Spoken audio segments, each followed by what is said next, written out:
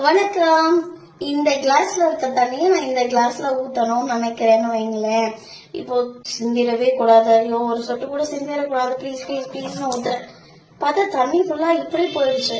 என்னடா இப்படி போகுது, சரி இப்படி வச்சு ஊத்துவோம், எப்படி அங்கதானே வலியும் டம்ளருக்குள்ள போயிடும் அப்படின்னு நான் இப்படி ஊத்துனா எல்லாமே நேரா ஊத்துது.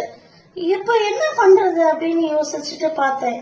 கீழே சிங்க் தானே இருக்கு, ஊத்துனா ஊத்திட்டு போகுது அப்படின்னு தைரியமா ஊட்டுனா எல்லாமே டம்ளருக்குள்ள போகுது.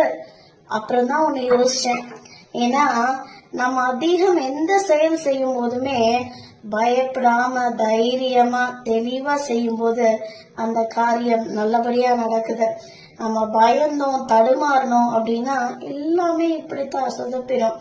அதனால தைரியமா வேலை செய்யுங்க. நேர்மையா இருக்கும்போது நம்ம யாருக்கு பயப்படணும்?